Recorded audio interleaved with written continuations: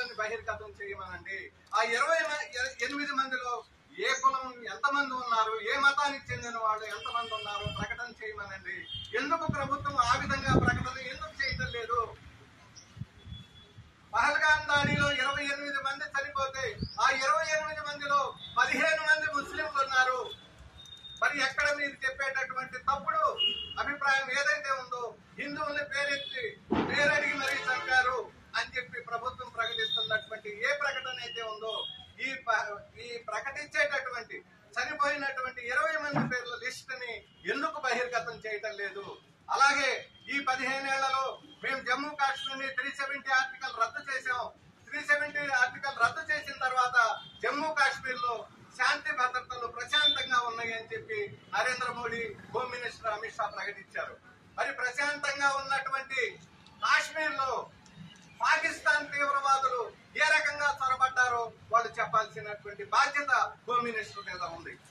మరి వాళ్ళు భారతదేశానికి వచ్చి కాశ్మీర్ లో ఉన్నటువంటి పహల్గాంకు వచ్చి అక్కడ ఉన్నటువంటి పర్యాటకుల మీద కాల్పులు చేసి వాళ్ళు ఏం చక్కగా తప్పించుకుని వెళ్లారంటే, మీ యొక్క నిఘా పరిస్థితి, మీ యొక్క శాంతి భద్రతల్ని పరిరక్షించే పరిస్థితి, మీ యొక్క బాధ్యతారాహిత్యమైనటువంటి మీ పనులు ఉన్నాయో ప్రజలు అనుమానం వ్యక్తపరచాల్సినటువంటి పరిస్థితి కల్పిస్తా ఉన్నారు. అంటే మీ భద్రతా లోపాన్ని కప్పిపుచ్చుకోవటం కోసం దేశభక్తి ముసుగులో, దేశభక్తి పేరుతోటి ముస్లింలంటే దేశ ద్రోహుల్లాగా ఇవాళ చిత్రీకరిస్తున్నటువంటి పరిస్థితి ఉంది. ఇది సరైనటువంటి పద్ధతి కాదు. అక్కడ ఒక గుర్రపు స్వారీ చేసే వ్యక్తి కూడా అబ్దుల్ హుస్సేన్ అనేటటువంటి వ్యక్తి, అతను ముస్లిం. తన ప్రాణాలని లెక్క చేయకుండా ఆ పర్యాటకుల్ని రక్షించడం కోసం తన ప్రాణ త్యాగం చేసినటువంటి వ్యక్తి.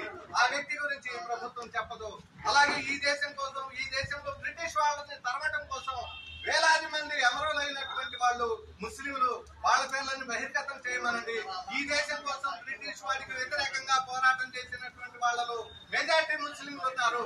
మరి మీరు చెప్పేటటువంటి కుహనా దేశభక్తులు ఎవరైతే ఉన్నారో, ఆర్ఎస్ఎస్, విశ్వ హిందూ పరిషత్తుకు సంబంధించినటువంటి వ్యక్తులు ఎవరు ఉన్నారు, మీరు ఎంతమంది ఈ దేశం కోసం బ్రిటిష్ వాడికి వ్యతిరేకంగా మీరు పోరాటం చేశారు, మీ లిస్టు బయటపరచండి.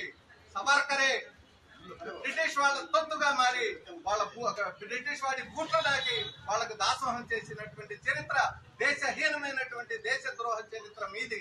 మీరు దేశభక్తి గురించి మాట్లాడితే ఎట్లా? దీన్ని మనం ప్రజలు ఆలోచించాల్సినటువంటి సమయం ఆసన్నమైంది.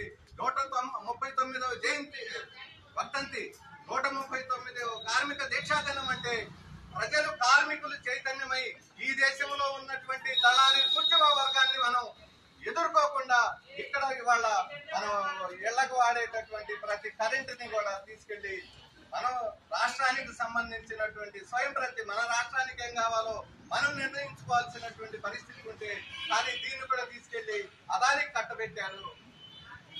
అధికారంలో రాకముందు చంద్రబాబు నాయుడు ఏం చెప్పాడు?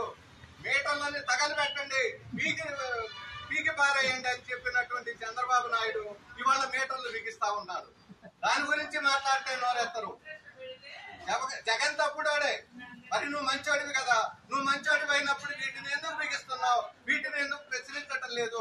అలాగే దేశభక్తి ముసుగులో జరుగుతున్నటువంటి ఈ ఘోరాలన్నిటినీ ఎందుకు మీరు మాట్లాడటం లేదు?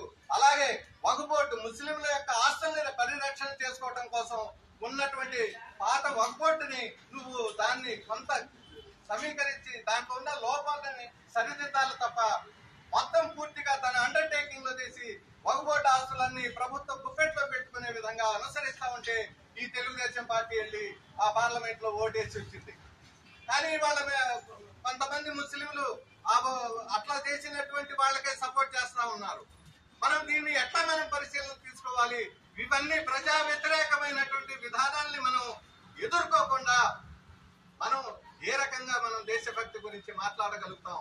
దేశభక్తి అంటే మాటల్లో గోరక్షణ లేకపోతే జై శ్రీరామ్ అంటే దేశభక్తి కాదు.